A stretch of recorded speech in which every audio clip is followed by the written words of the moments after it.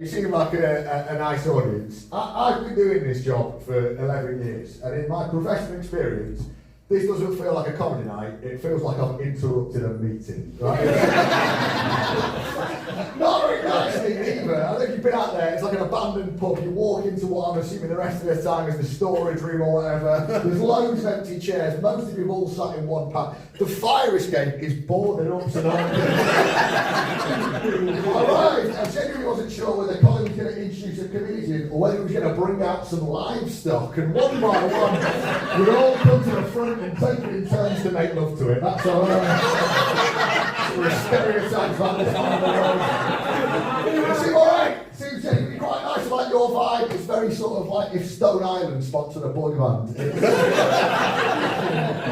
cool. Very sweet, thanks for coming.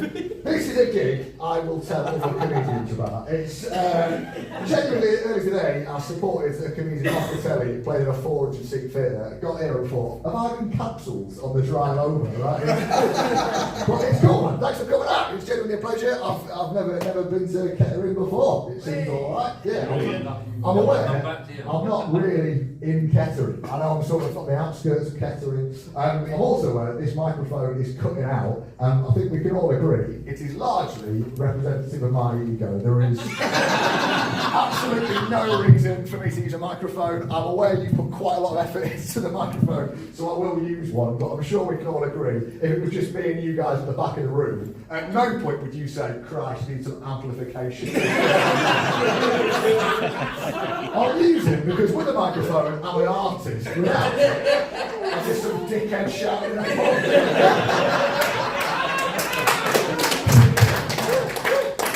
Absolute place to be here. What I like about this gig, most of all the things, is if you listen carefully, you can hear people in the other room having a better time. Fair play, thanks for coming. Thanks for coming. Genuinely, I love doing this job, man. I love coming to places. I hate to be rude about it, I would not normally come to Kettering on a Friday night, you know, it's cool. I like travelling around, you meet people, you do things, you go places, like last night I went to Swansea, all the way down there, go to a show, lovely show, 100 people in, all the way down in South Wales, everybody laughing, everybody enjoying themselves, apart from one man on the front row having a coughing fit all the way through the gig, because I thought he was having a coughing fit, turns out I was being heckled in Welsh. See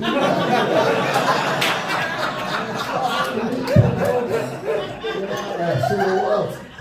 I don't know, man. It's genuinely, I know it doesn't look it. You are watching someone living the dream, right? This is always what I want to do when a kid started out 11 years ago, 18, like when I was Jack is as a young guy. I remember doing that myself, did a very similar thing. You start out, and one day, my friends, you could be doing this. This could be it. Get an apprenticeship would be my advice. This is like a dream job, you know. I feel very lucky I get to do this, live on my own, do this full time, travel around. Very recently, I got taken away to do some shows, like Thursday, Friday, Saturday night, 3 shows, you do 20 minutes a night, they put you up in a hotel, they pay your travel expenses, everything's included. It feels amazing. It's how lucky is that? Very few people get to do that. It feels like an absolute dream. Basically, a free holiday, you just got to work 20 minutes a night. Now, admittedly, it was Middlesbrough, but you take what you get. I didn't know. No one told me about Middlesbrough. The only thing I knew about Middlesbrough was that Middlesbrough, before I got there, the only thing I knew about Middlesbrough was that Middlesbrough is the only town in Britain that has been named the worst place to live in Britain twice. Right? The only reason I know that, they've got it on the sign as you drive in. Weirdly proud. I know anything about Middlesbrough. I'm hardly a patriot, but I do believe that wherever you go in this land, you can have a little bit of fun, right? You've got to go looking for it. I was determined to have a good time in Middlesbrough. I wasn't going to let the bad reputation let me down. I arrived in Middlesbrough, I got into my hotel room, I threw my bag on the bed, I googled things to do in Middlesbrough. Bang! Google did not let me down. First result, top 5 things to do in Middlesbrough. Perfect, exactly what I'm looking for. I clicked on that link of the top 5 things to do in Middlesbrough. It took me to Middlesbrough Town Council's website with a little article, the top 5 things to do in Middlesbrough as recommended by Middlesbrough Town Council. And let me tell you, Kettering, there was only 3 things on it, right? Change the name of the article, lads, right? Number 3 on that list was the Angel of the North. Quite famously, not in Middlesbrough. Right? A good hour's drive, 90 minutes on a bad day. Number 2 2 was the comedy club I was performing in, right? I've been in town under an hour. I'm the second most attractive thing around. It does not look good. Number one on that list was the James Cook Museum. And this is my genuine gift to you. If there's anything you get the chance to do, go and visit the James Cook Museum. What a museum! The James Cook Museum. What a bargain. £4. Does it last a day? Does it bollocks? It lasts 6 months. Mine is still valid now. Right? What a museum. There's exactly enough people in there to fill a coach. Statistically, one of us can drive one. Saturday morning, we'll all go, right? What a museum. £4 to get in. It lasts 6 months. I went Thursday, Friday and Saturday. Yeah, money's worth. And it gets better. If you've got a valid ticket, you get half price in the cafe. The sandwiches are £5. By Saturday, I was in profit. What a museum. Love that place, man.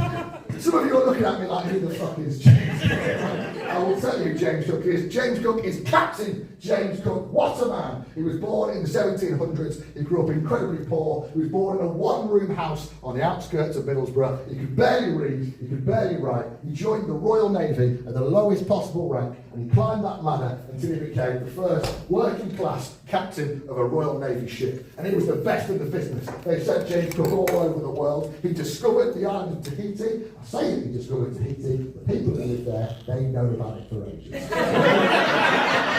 They didn't draw a picture of it or stick it on a map of a lucky lads. Welcome to the British Empire, 1-0, right? It was amazing, old Cook. He went all over the place, went around the world, east to west, and just to show off, he went and did it west to east. He went to New Zealand, he sailed all the way around New Zealand, he drew a map of New Zealand so detailed, you can still use that map today. He then, by the sound of the sound guy packing his gear away, right?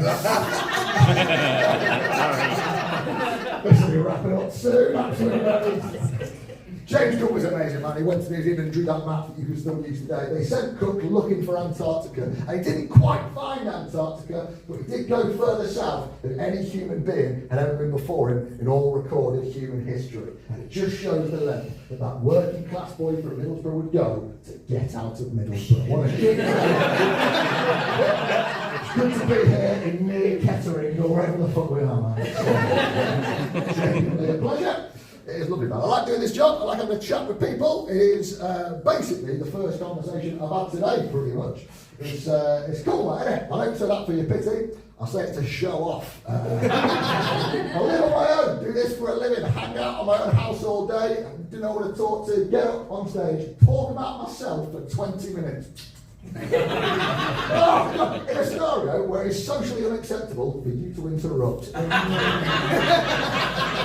I love living on my own, man. Living on your own's great. I recommend it to all of you, right? If anyone's sitting next to their spouse, my advice to you, leave them, right? I'm not saying any relationship, I'm saying geographically separate. Human beings are not supposed to live with their spouses. Like, that is not how it worked for cavemen. It's not how it worked all the way through history. And yet now, you get a mortgage and you live on top of each other and you just piss each other off until you die, right? That is not how it's supposed to work. I love my girlfriend more than anything in the world. She is the best thing that ever happened to me. I met her the old-fashioned way. I didn't need your dating apps. I met her the old-fashioned way. I haggled with her father and I traded her for a ghost.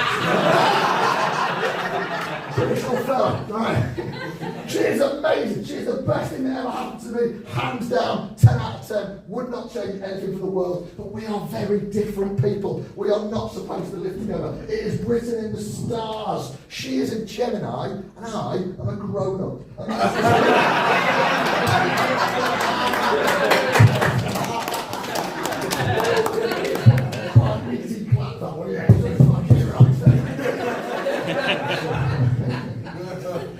She is amazing, but we shouldn't. I do mean the old-fashioned way. I don't like dating apps. I'm not like, I'm going to pop, I'm sure people never use them, I'm not going to pop it, whatever. I find them quite scary. I'm very lucky that I've never had to use one. Like my best friend in the world is addicted to dating apps. Like, it is addiction. I don't like it. I sort of watch him, he's swiping right, looks like he's shopping for people. I don't like it. But it's icky to me, you know, like he's addicted, and he is addicted. It is addiction. You name a dating app, he's on it. Like Tinder, Hinge, Bumble, Just Eat, he loves it.